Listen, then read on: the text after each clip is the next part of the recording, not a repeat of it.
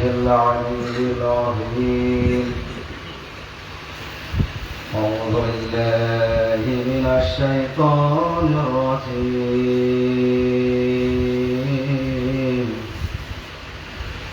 بسم الله الرحمن الرحيم الحمد لله الذي هدانا لهذا وما كنا لنهتدي لولا أن هدانا الله لقد جاءت رسول ربنا بالحق الصلاة والسلام على سيدنا ونبينا وشفيعنا ومهتدنا ومولانا أبي القاسم محمد اللهم صل على محمد وآل محمد وآله الطيبين الطاهرين المعصومين لعنة الله على أعدائهم أجمعين من يومنا هذا إلى قيام يوم الدين أما بعد فقد قال رسول الله صلى الله عليه وآله وسلم بسم الله الرحمن الرحيم إن الحسين مصباح الهدى وسفينة النجاة صل على محمد وآل محمد بسم الله الرحمن الرحيم اللهم كل وليك الحجة بن الحسن صلواتك عليه وعلى آبائه في هذه الساعة وفي كل ساعة وليا وحافظا وقائدا وناصرا ودليلا وعينا حتى تسكنهم أرضك طوعا وتمتعه فيها طويلا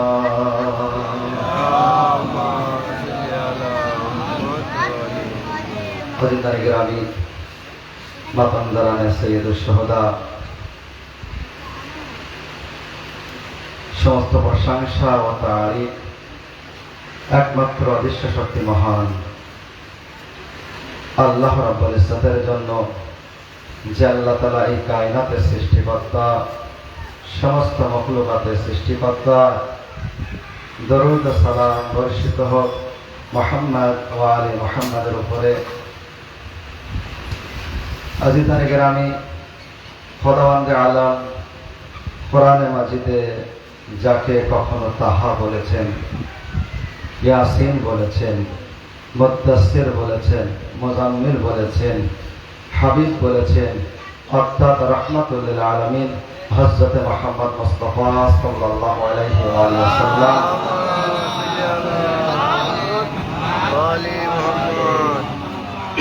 ইরশাদ করছেন, ইন্নাল হুসাইনা মিসবাহুল হুদা ওয়া সাফিনাতুন নাজাত। অনুরোধ করা হয়েছে মজলিস মাওলানা হুসাইনের উপরই পড়া, তো পুরোপুরি মজলিসে মাওলানা হুসাইনের উপরে ইনশাআল্লাহ পড়ার চেষ্টা করব, অন্য কোনো দিকে যাব না।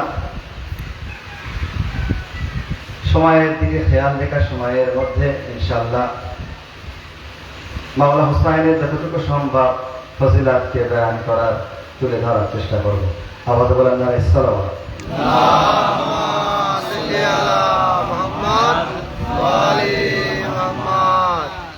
আজিজ। তো আল্লাহ নবী কি বলছেন, ইন্নাল হুসাইনা মিসবাহুল হুদা ওয়া সাফিনাতুন নাজাত। নিশ্চয় হুসাইন হেদায়েতের প্রদীপ, ওয়া সাফিনাতুন নাজাত অর্থাৎ নেজাতের কাশতি বা নেজাতের তরী। সুতরাং যদি কোনো ব্যক্তি হেদায়েত প্রাপ্ত হতে চায়, হেদায়েত পেতে চায়, হুসাইনের কাছে আসতে হবে, হুসাইনের দরগায় আসতে হবে।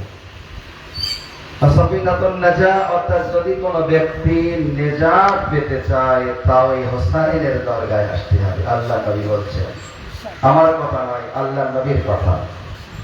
আর আল্লাহ নবীর কথা অর্থাৎ আল্লাহর হুকুম, আল্লাহর ওহী। কেননা আল্লাহ রাব্বুল ইজ্জত বলেছেন, ওমা ইয়ানতিকু আনিল হাওয়া ইন হুয়া ইল্লা ওয়াহিয়ুন ইউহা। আমার হাবিব ওই সময় পর্যন্ত কোনো কথা বলে না যত সময় না খোদার তরফ থেকে ওহী না হয়। অর্থাৎ আল্লাহ রাব্বুল ইজ্জত নিজের নবীর মাধ্যমে হোসাইনের মর্যাদাকে বয়ান করছে। এবারে আসি হোসাইনের মর্যাদা। মিজানের রাইটার আল্লামা তাবাতাবাই তিনি বয়ান করছেন, মাওলানা হোসাইনকে খোদাবন্দে আলম এত মর্যাদা দান করেছে, না কোনো নবীদেরকে দান করেছে, না কোনো ওলিদেরকে দান করেছে, না কোনো নবী রসিদেরকে দান করেছে, কাউকে দান করেনি।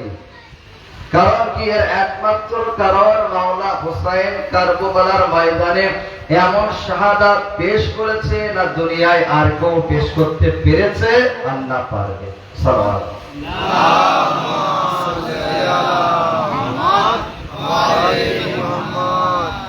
আয়াতুল্লাহ জাফর সুস্তারি মাওলানা হোসাইনের ফজিলতের উপরে সম্পূর্ণ একটি পুস্তক লিখেছে, 700 পৃষ্ঠার পুস্তক। তাতে শুধু মাওলানা হোসাইনের ফজিলত বয়ান করেছে। অনেক ফজিলত আছে, কিছু ফজিলত তুলে ধরার চেষ্টা করব। তাতে বয়ান করছে, দেখুন কতটা ফজিলত বয়ান করেছে। আল্লাহ রাব্বুল ইজ্জত আল্লাহর কাবা ঘর, যেখানে আল্লাহর হারামে বলছে একসাথে 3টি দোয়া কবুল করার জামানত নিয়েছে। দুনিয়ায় আর কোন হারামে কোন স্থানে এমন ভাবে 3টি দোয়া কবুল করার জামানত নাই।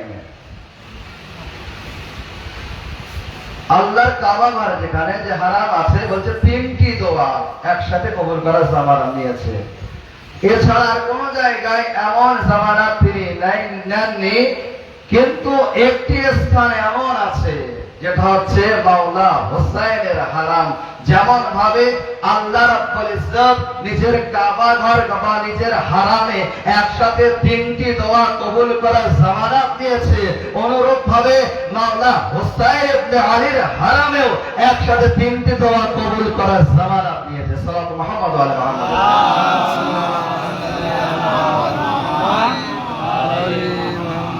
তারপরে দেখুন, দুটি জিনিস নিজে পাক অপরকেও পাক করে। কি সেই দুটি জিনিস? এক হচ্ছে পানি, দ্বিতীয় হচ্ছে মাটি। নিজেও পাক অপরকেও পাক করে। পানি নেই, আপনি তায়াম্মুম করবেন, মাটির দরকার, মাটি দিয়ে আপনি তায়াম্মুম করবেন, পাক হবেন। কিন্তু বলছে পানি তো পান করা যায় আছে, পানি খাওয়া যায় আছে, কিন্তু মাটি খাওয়া যায় নয়। মাটি খাওয়া যায় আছে, যায় নয়। চাই দুনিয়ার যে কোনো স্থানের মাটি হোক না কেন, যে কোনো নবীর কবরের মাটি হোক না কেন, আমার আপনার নবীর কবরের মাটি হোক না কেন, মাওলানা আলীর কবরের মাটি হোক না কেন, ফাতেমা জাহরার কবরের মাটি হোক না কেন, দুনিয়ার যে কোনো স্থানের মাটি খাওয়া হারাম আছে। কিন্তু খোদাবন্দে আলম মাওলানা হোসাইনকে কতটা মর্যাদা দান করেছে এখান থেকে বুঝুন, তাহলে বুঝতে পারবেন। আরে যে আল্লাহ রাব্বুল ইজ্জত দুনিয়ার যে কোনো স্থানের মাটি খাওয়াকে হারাম বলে গণ্য করেছে, সেই আল্লাহ আরে হোসাইনের কবরের মাটি, আরে হোসাইনের কবরের মাটিকে হারাম তো দূরের কথা, তাকে সেবা বানিয়ে দিয়েছে।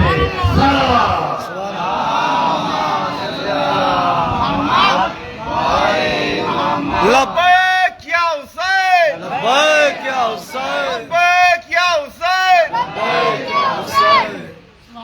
খাকে সেবা বানিয়ে দিয়েছে। আপনি অসুস্থ হলেন, সামান্য একটু খেয়ে নেন, আপনি সেবা পেয়ে যাবেন। এই মাটির কতটা মূল্য ইমামে জাফর সাদিক আলাইহিস সালাম বয়ান করেছেন।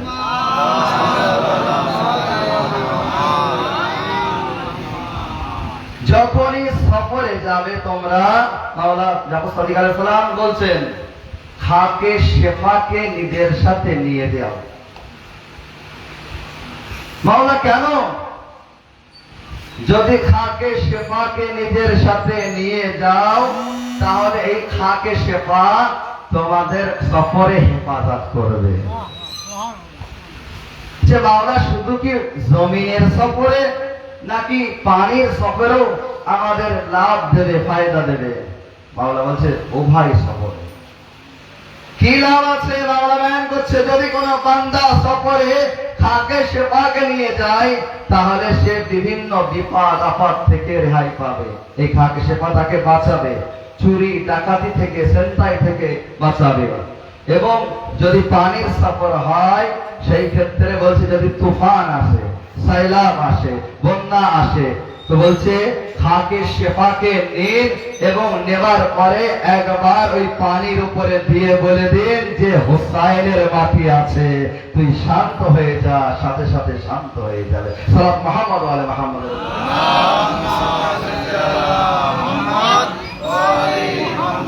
এবং যদি বান্দা খাকে শেফাই মাথা রেখে যদি আল্লাহর বারগায় দোয়া করে তো বলছে ওই দোয়া আল্লাহ অতি দ্রুত কবুল করে।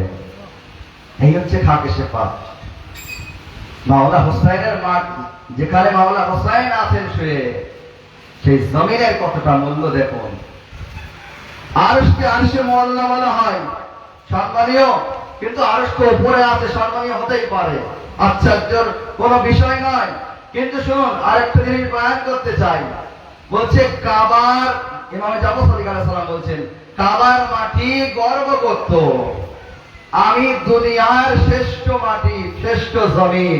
কেন? আমার বুকে আল্লাহর কাবা ঘর আছে, আল্লাহর হারাম আছে।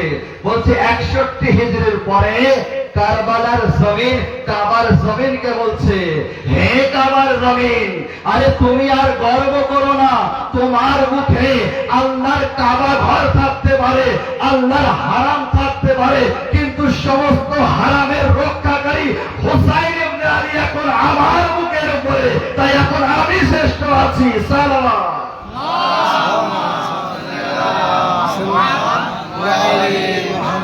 মাশাআল্লাহ, আমি শ্রেষ্ঠ আছি এখন। আগে গান করছে, শোনো, যেমন ভাবে খোদাবন্দে আলম আরশকে আরশে মুআল্লা বলেছে, জমিনের এমন একটি স্থান আছে তাকে অতটা সম্মান দিয়েছে, সেই স্থানের নাম হচ্ছে কারবালা। কারবালাকেও কারবালায়ে মুআল্লা বানিয়ে দিলেন কেন? মাওলা হুসাইন ইবনে আলীর কারণে। সালাম।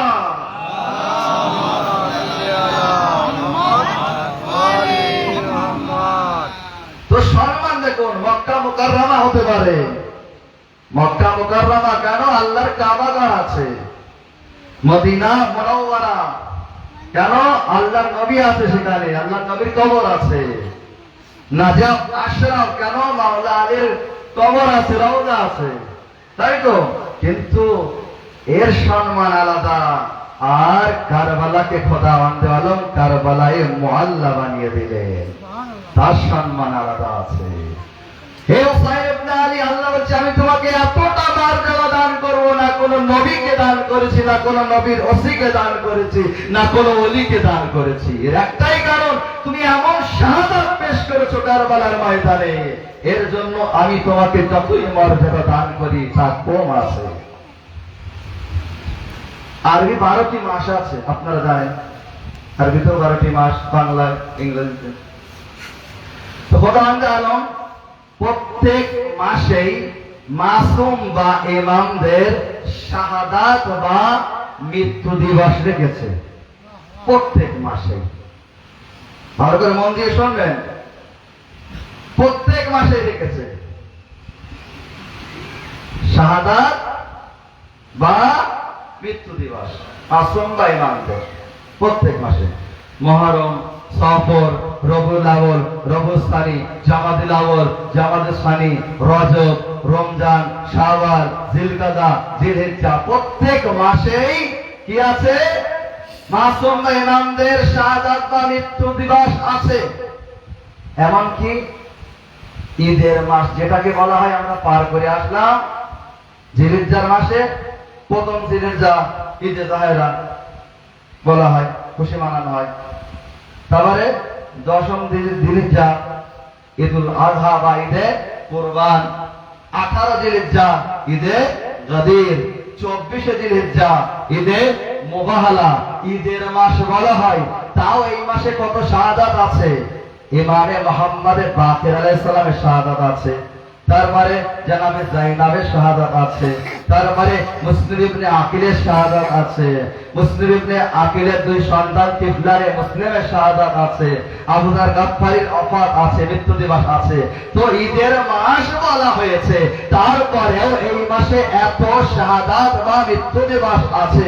কিন্তু বলছে 12টি মাসের মধ্যে এমন একটি মাস আছে, সেই মাসে নাম হচ্ছে শাবান মাস। সেই শাবান মাসে কোন মাসুম বা ইমামের শাহাদাত বা মৃত্যু দিবস খোদা রাখেনি। কেন বলছে? এই কারণে ওই শাবান মাসের 3 তারিখে আমার আপনার মাওলা হুসাইন ইবনে আলী মাশাআল্লাহ, সুবহানাল্লাহ, তার খোদা বলছে, এ হুসাইন, যেখানে তোমার খুশি সেখানে আমি কোনো দুঃখ রাখবো না।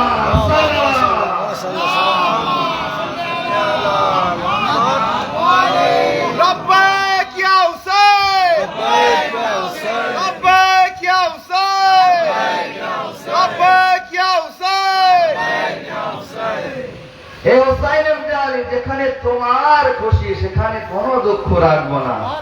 এবারে দেখুন, 12টি মাসের ভিতরে প্রত্যেক মাসে মাসুম বা ইমামের বেলাদাত বা জন্ম দিবস আছে প্রত্যেক মাসে। এমনকি মহরম পর সফর মাস, সফর মাসে ইমামে মুসাই কাসিম আলাইহিস সালামের জন্ম দিবস আছে, 7 সফর। কিন্তু এটা আলাদা বিষয়, আমরা মাওলানা হুসাইনের সম্মানে খুশি মানাই না তখন সফর মাসে। তো প্রত্যেক মাসেই মাসুম বা ইমামদের জন্ম দিবস আল্লাহ রেখেছে। প্রত্যেক মাসে সফর, রবিউল আউয়াল, রবিউল সানি, জামাদুল আউয়াল, জামাদুল সানি, রজব, শাবান, রমজান, তাই তো, শাওয়াল, জিলকাদা, জিলহিজ্জা, প্রত্যেক মাসেই আছে জন্ম দিবস, মৃত্যু দিবস মাসুম বা ইমামদের। কিন্তু একটি মাস এমন আছে যে মাসে খোদাবন্দে আলম কোন মাসুম বা ইমামের জন্ম দিবস বা মৃত্যু দিবস, জন্ম দিবস বা বেলাদাত রাখেনি। কেন?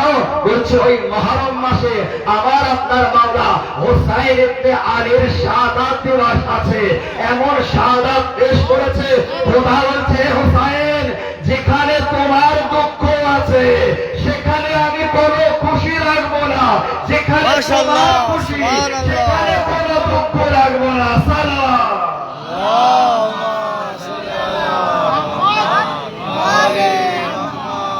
বুঝতে পারছেন সম্মান কেমন দান করেছে? হুসাইন কে আছে ভাই? হুসাইনকে জানুন, চিনুন। আজকে দুনিয়া হুসাইন হুসাইন কেন করছে? হুসাইন না হলে এই দিন বাঁচত না। নামাজ, রোজা, হজ, যাকাত, সমস্ত নবীদের মেহনত সব বিফল হয়ে যেত। তাই তো কারবালার ময়দানে প্রত্যেক নবীরা দাঁড়িয়েছিলেন, দেখছিলেন, হুসাইনের উপরে নির্ভর ছিল যে হুসাইন শহীদ হয় আমাদের কষ্ট ফায়দা দেবে, যে মেহনত করে কষ্ট করে দিন ইসলামকে প্রচার করেছি, যদি হুসাইন শহীদ না হয় সব বিফল হয়ে যায়। সবাই দাঁড়িয়ে দেখছিলেন হুসাইনকে। আপনাদেরও হুসাইন কে আছে? 5 জন হাস্তি মহাপুরুষ, তারাও গায়ন করছে, 5 জন হাস্তি গায়ন করছে হুসাইন কে আছে। তার মধ্যে এক হচ্ছে আল্লাহ রাব্বুল ইজ্জত, প্রথম গায়ন করছে তিনি। হুসাইন কে আছে জানো? যখন মাওলা হুসাইন 3 শাবানে যখন জন্মগ্রহণ করলেন, আল্লাহ রব্বুল ইজ্জত জিবরাইল আমিনকে ডাকলেন, জিবরাইল, জি রব্বে জালিল, যাও 1000 কাবিল ফেরেশতাদেরকে নিয়ে আমার হাবিবকে মুবারকবাদ পেশ করো, হুসাইন দুনিয়ায় এসেছে। একটি কাবিলে বলছি 10 লক্ষ ফেরেশতা থাকে, 1000 কাবিলে কত ফেরেশতা হবে? বাড়িতে হিসাব করবেন। কোটি কোটি ফেরেশতা বলতে পারি, আমরা হিসাব করতে পারবো না। কোটি কোটি ফেরেশতা দেরকে নিয়ে জিবরাইল যাও আমার হাবিবকে মোবারকবাদ পেশ করো। একদিন নয়, 2 দিন নয়, 10 দিন নয়, 20 দিন নয়, পরস্পর 40 দিন যাও আমার হাবিবকে মোবারকবাদ পেশ করো। এ আমার আল্লাহ, এ আমার পরওয়ারদিগার, এর আগে এত নবী এসেছে, আরে নবীদের সর্দার এসেছে, মাওলা আলী এসেছে, ফাতেমা জাহরা এসেছে, এমন ভাবে মোবারকবাদ পেশ করার কথা তুমি তো বলনি। আরে হোসাইন কে আছে? আল্লাহ বলেন লা তাসাল্লি আল হোসাইন, জিজ্ঞাসা করো না হোসাইন কে আছে। সালাম اللهم صل على محمد وعلى محمد. পাঁচজন হাস্তি সবাই নিজে নিজের মতো জবাব দিয়েছেন। হোসাইন কে আছে? আল্লাহ জবাব দিচ্ছে দরবারে, শোনো জিবরাইল হোসাইন কে আছে? আরে হোসাইন কে আছে তাকে জানো। হোসাইনের বিষয়ে আল্লাহ রাব্বুল ইজ্জত তারপরে বয়ান করছে যে মাওলা হোসাইনকে খোদাবন্দ আলম কতটা মর্যাদা দান করেছে। খোদা বলছে খলাকতুহু বিকুদরাতিহি, শোনো জিবরাইল আমি হোসাইনকে নিজের কুদরতের মাধ্যমে আমি সৃষ্টি করেছি। ইন্নী খালিকুন বাশারান আন তিন, আদমকে মাটি দ্বারা সৃষ্টি করেছি। তো হোসাইনকে যে কুদরতহি আমার কুদরতের মাধ্যমে সৃষ্টি করেছি। হোসাইনের মর্যাদা জানো চেনো। আরে আমি হোসাইনের দুধের খোরাক আরে দুনিয়ায় রাখিনি, আমার নসিয়াতের উপরে রেখেছি হোসাইনের দুধের খোরাক। এই কারণেই তো মাওলা হোসাইন যখন দুনিয়া এসেছিলেন বলছে মায়ের দুধ পান করেননি। আরে কি খেলেন তাহলে? আল্লাহর নবী আসলেন, আল্লাহর নবী সামনে আসার পরে নিজের জিহ্বাকে মাওলা হোসাইনের মুখের ভিতরে দিলেন।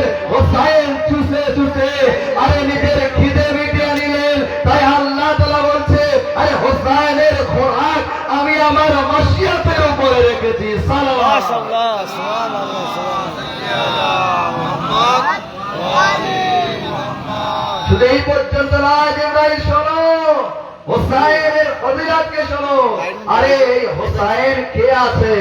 এ যখন দুনিয়া এসেছে এই দুনিয়ার হাওয়ার মাধ্যমে প্রথম শ্বাস নেয়নি, তাহলে বলছে জান্নাতের জাবারুতের হাওয়ার মাধ্যমে প্রথম শ্বাস নিয়েছে।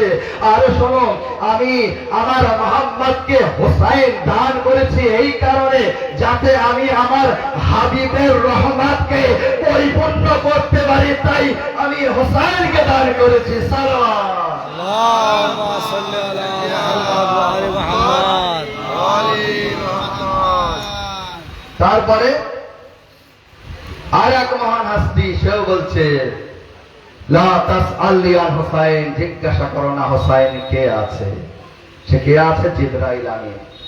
যখন জিবরাইল আমিন আল্লাহর হুকুমে ফেরেশতাদেরকে নিয়ে মোবারকবাদ পেশ করার জন্য আল্লাহর হাবিবের কাছে যাচ্ছিলেন, তো বলছে সেখানে যখন যাচ্ছিলেন ফিতরুস নামক ফেরেশতা যার অন্তরে একটু গর্ব এসে গিয়েছিল যে আমি সপ্তম আসমানের ফেরেশতাদের সর্দার আছি।